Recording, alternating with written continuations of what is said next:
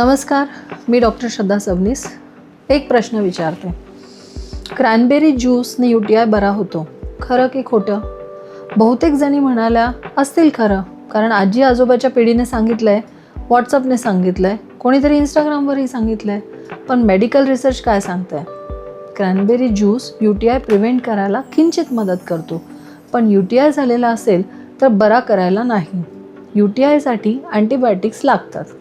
So आजच्या व्हिडिओमध्ये अशा अनेक मिथ्सबद्दल आपण बोलूया, कारण UTI हा लेडीजमध्ये म्हणजे स्त्रियांमध्ये अत्यंत कॉमन आहे आणि चुकीच्या माहितीमुळे हा रिकरंट होतो.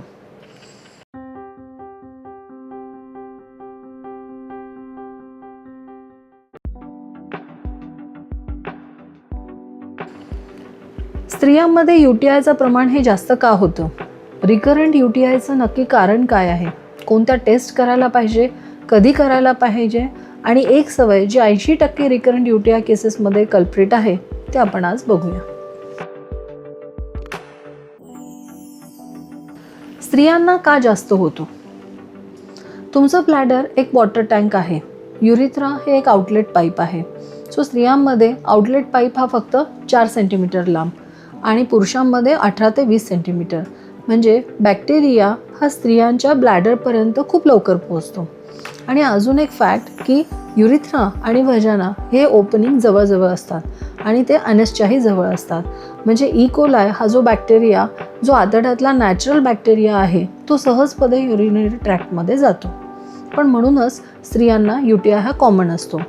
आयुष्यात 50% स्त्रियांना एकदा तरी UTI होतो आणि 20% स्त्रियांना हा रिकरंट होत असतो. रिकरंट UTIची व्याख्या जर सांगायची म्हणली तर 6 महिन्यामध्ये 2 एपिसोड किंवा 1 वर्षामध्ये 3 एपिसोड. सो जर तुम्ही या कॅटेगरीमध्ये बसत असाल तर मग फक्त अँटीबायोटिक आणि होम रेमेडीज पुरेसं नाही, डिटेल इव्हॅल्युएशन करणं आवश्यक आहे. आता UTIची ओळख कशी, म्हणजे UTIचे खरे लक्षणं कसे ओळखायचे? युरिनमध्ये बर्निंग सेन्सेशन म्हणजे जळजळ होणे, वारंवार फ्रिक्वेन्सी वाढणे म्हणजे जायची फ्रिक्वेन्सी वाढते पण थोडीच युरिन होते, इनकॉन्टिन्युअस जसं लघवी पूर्ण न होता परत फिलिंग असते की युरिन येणार, लोअर ॲब्डोमेनमध्ये पेन होतं, प्रेशरही वाढतो, युरिनचा थोडा स्मेलही येतो आणि कधीकधी ब्लड किंवा पिंक किंवा रेडिश कलरचा सोबत डिस्चार्जही होतो. जर युरिनरी ट्रॅक्ट इन्फेक्शन हे किडनीपर्यंत जर गेलं असेल तर कमरेमध्ये एका बाजूला दुखतं, कधीकधी फीवरही येतो, वॉमिटिंगही होते, थंडी वाजून येते. मग याला आपण मेडिकल इमर्जन्सी समजून त्वरित 24 तासामध्ये डॉक्टरांकडे जायला पाहिजे. आता एक खरी गोष्ट सांगते UTI बद्दल. व्हॉट्सअपवर खूप फॉरवर्ड येतात, पण खरं काय आहे? क्रॅनबेरी ज्यूसने UTI बरा होतो हे एक मिथ आहे.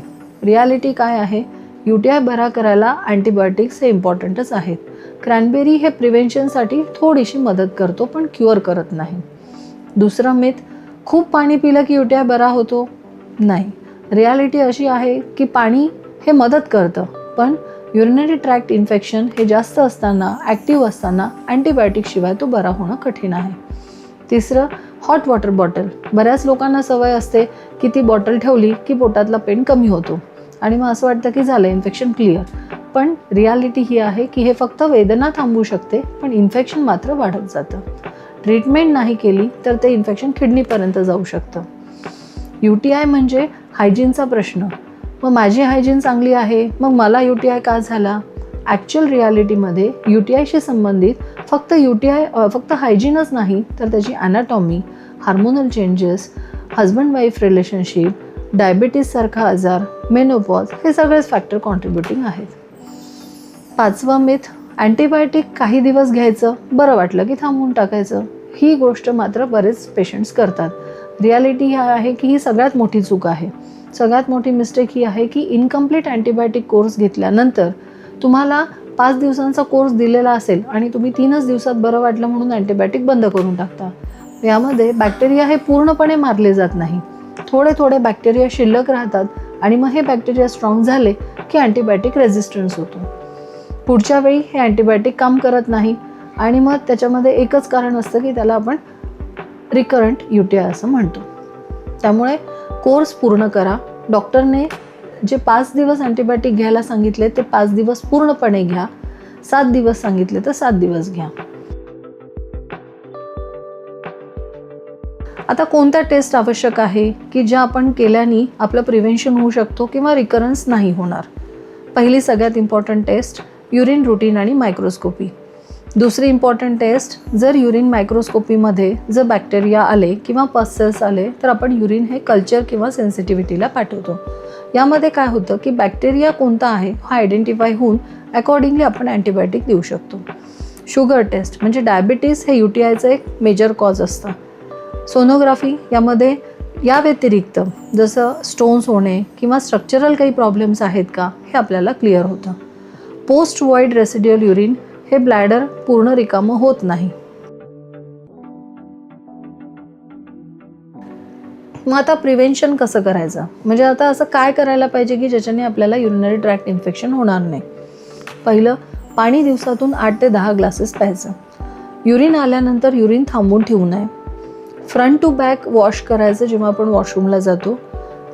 कॉन्टॅक्ट नंतर युरिन पास केलं पाहिजे. सुती कपडे घालावे आणि टाईट जीन्स तर नकोच नको. मेनोपॉज नंतर वजानल इस्ट्रोजन क्रीम ही मदत करते. डायबिटीस असेल तर शुगर कंट्रोल करणं हे एकदम इम्पॉर्टंट आहे. मग आता तुम्ही डॉक्टरांकडे जाल तर डॉक्टरांना काय विचाराल? रिकरंट UTIसाठी डॉक्टरांकडे 3 प्रश्न घेऊन जा. युरिन कल्चरचा रिपोर्ट काय आहे, म्हणजे कोणता बॅक्टेरिया आहे आणि कोणता अँटीबायोटिक लागू पडेल. मला अंडरलाईन प्रॉब्लेम काही आहे का, जसं डायबिटीस आहे का किंवा स्टोन्स आहे किंवा काही स्ट्रक्चरल प्रॉब्लेम आहे का. तिसरा प्रश्न, लॉंग टर्म प्रिव्हेन्शन प्लॅन काय करायचं, म्हणजे रिचेक कधी करायचं, कधी आपण फॉलोअप करायचा. आपण काय बघितलं की युरिनरी ट्रॅक्ट इन्फेक्शन हे वुमनमध्ये, स्त्रियांमध्ये खूप कॉमन आहे. Recurrent urinary tract infection ignore करू नका. इव्हॅल्युएशन करणं खूप आवश्यक आहे. अँटीबायोटिकचा कोर्स पूर्ण करा. 80% रिकरंट केसेसमध्ये कल्प्रिट आहे. क्रॅनबेरी आणि होम रेमेडीज हा सपोर्टिव्ह आहेत पण रिप्लेसमेंट नाही. आणि आजच्या व्हिडिओनंतर एक गोष्ट मुख्य म्हणजे घाबरणं बंद करा की रिकरंट UTIसाठी डॉक्टरकडे जायला घाबरू नका. पुन्हा त्रास होईल असं वाटून सहन करू नका. तुमच्या कोणत्या मैत्रिणीला रिकरंट UTI त्रास देत असेल तर हा व्हिडिओ नक्की शेअर करा. तिला सांगा, कदाचित तिने अँटीबायोटिकचा कोर्स अर्धवट सोडला असेल, डिहायड्रेशन झालं असेल किंवा संपूर्ण इव्हॅल्युएशन केलं नसेल. असे स्त्री आरोग्याविषयी पुढील प्रश्नांसाठी संतुलनला सबस्क्राईब करा.